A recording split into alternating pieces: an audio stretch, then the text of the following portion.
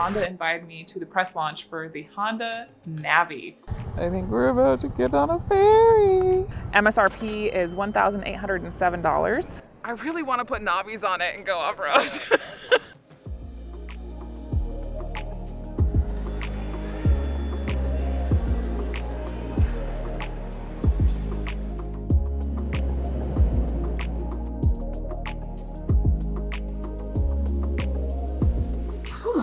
Hello, beautiful people. My name is Amanda Zitto. If you are new here, I make motorcycle travel vlogs, how-tos, and general encouragement for you to get out and do the thing.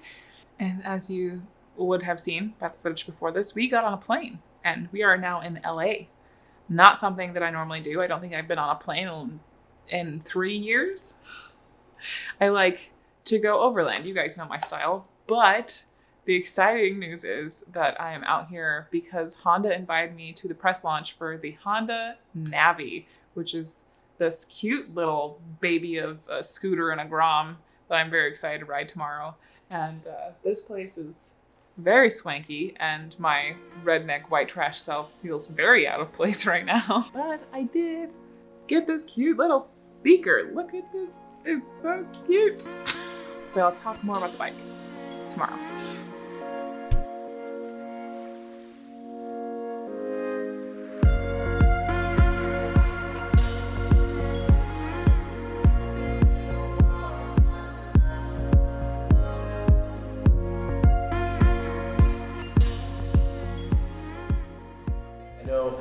We released the bike to the public a few days ago, so this is kind of the first opportunity over these few days to give people a chance to ride it. The goal for us is to bridge the gap between the motorcycle and the scooters.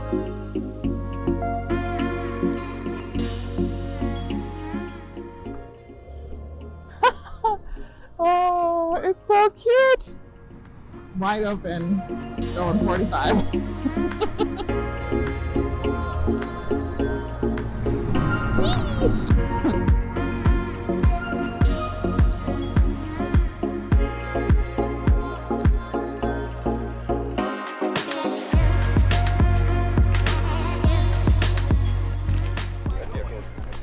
Just stopped for a break in the middle of the group ride.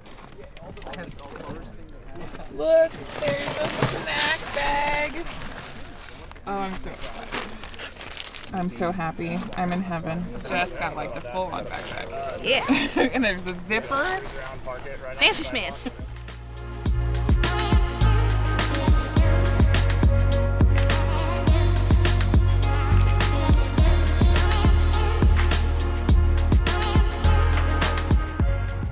I think we're about to get on a ferry.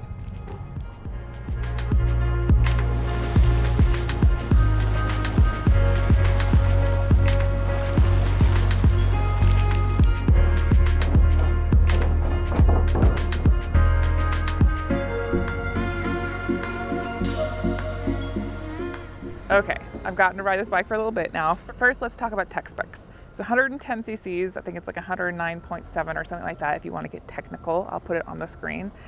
MSRP is $1,807, which makes it much cheaper than the Grom. The engine they have in here is actually from the Honda Activa.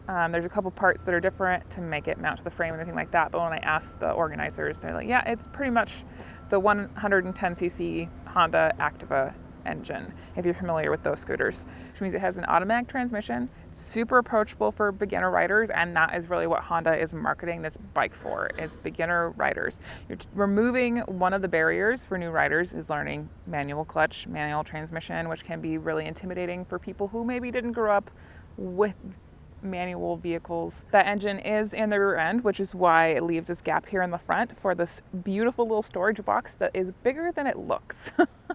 It has a 0.9 gallon gas tank, not even a whole gallon.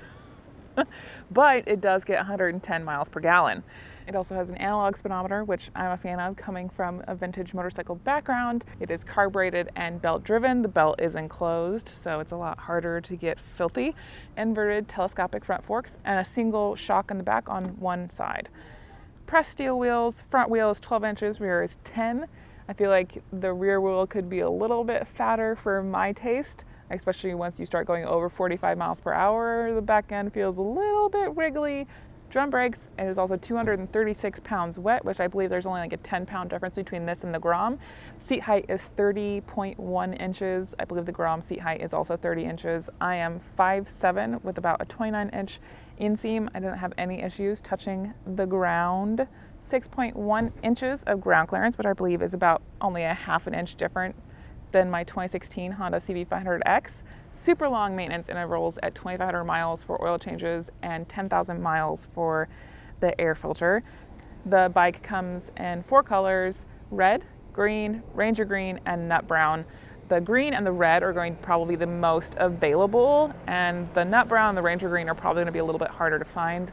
I know that Honda does have other automatic bikes available, but this bike is nice and small. I'm going to tell you, I really don't think you can whiskey throttle this bike.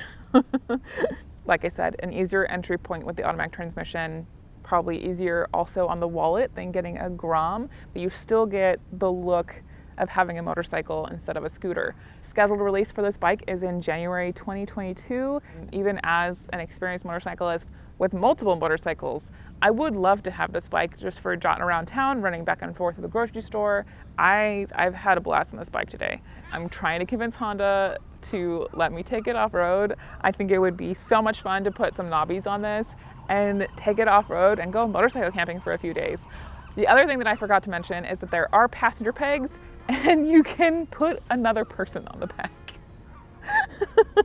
Anyway, I am 20 minutes from the drop-off point and we're supposed to return these bikes at 4, so I have to hit the road.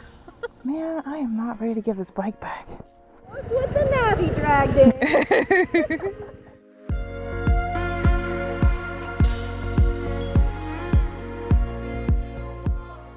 I do want to note that this bike is not brand new. Honda did release this bike in India back in 2016. This is just the first time they have brought it over to the United States.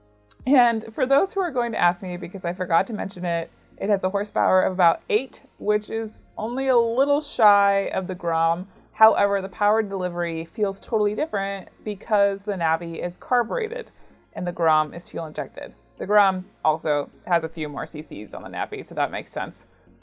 It is very nimble. It's super easy to pop around in traffic or maneuver in tight spaces because you have very tight turning radius with the bars. I think the seating position is pretty comfortable at 30.1 inches. Even if you're a little bit taller, you're not going to be as cramped on this as you might feel on other Mini Motos. Top speed is probably 55 downhill. The sweet spot on this bike is around 40 to 45 miles per hour. You do need to give yourself more braking space and time to react to traffic around you since you don't have as much get up and go as other bikes. The brakes could be better. Suspension is very stiff and not adjustable. It's fine for nice smooth roads and it's better than a rigid frame, but not by much. And as soon as you hit a seam or a bump, you do get a bit jarred. All those things said, it is a budget bike. Things like the drum brakes and suspension are things that add up to a higher price point in the end. And I think one of the most important parts of this release isn't necessarily that it's a different new bike, it's that it's a budget bike and one of the cheapest ones you can get right now, brand new. Okay, bye. I'll miss you.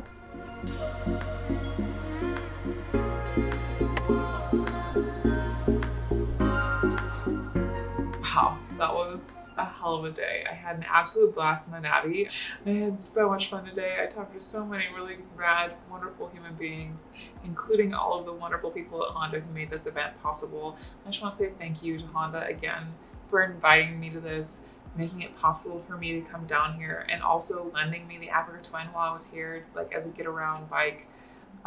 That is actually incredible. Although I will say how funny it is to go from riding the Navi all day and then riding the Africa Twin Super Sport DCT home.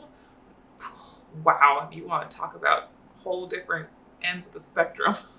I hope that you guys enjoyed today's video and enjoyed a look at the 2022 Honda Navi. Make sure that you hit that like and subscribe button if you do. I also want to give a huge shout out to my patrons on Patreon, without whom I would not be able to do this full time. So thank you very much. If you like the content and would like to support the channel for as little as $1 a month, you can get early access to videos like these over on Patreon. ad-free before the rest of the world. If that's not up your alley, that is totally okay. I appreciate you guys just for being here every single week. And question for my end screen crew. What do you think of the Navi? Do you think it would, if you already have a bike, do you think it would make a good second bike? If you are a beginner rider or you don't even have a bike yet, would you think about this as a beginner bike? Would it make a difference to you if the bike was automatic or if it was manual to get you into riding? For my current riding people, why don't you do me a favor and ask your friends about whether or not it would make a difference in their interest to learning to ride if it was an automatic motorcycle or not, because I would be very interested in the answer to that question. All right, that was a very long-winded end screen crew question. Sorry, not sorry. I think my tiredness is showing. I'll see you guys later. We have been set loose on the world. Free-range Navis. Free-range Navis. I like that. I can hear her two wheels laughing back there. Looks pretty. This is a beautiful bike. Yep, it is. Beautiful, beautiful. Look at this, you guys. I can't believe this is happening right now. Honda is letting me borrow this beautiful Africa Twin.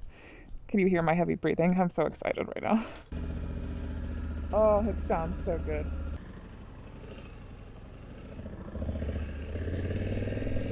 Oh my God. I can't believe this is happening. Okay, Amanda, get yourself under control. And lastly, could it handle dirt roads and Forest Service roads? This question, I think, is totally subjective and dependent upon your perspective. For instance, I think cruisers can handle dirt roads just fine. It just depends on what you're willing to put up with. It's not going to be comfortable and you're not going to go very fast, but I do think it could do it. The limitation is not the bike, it's the rider.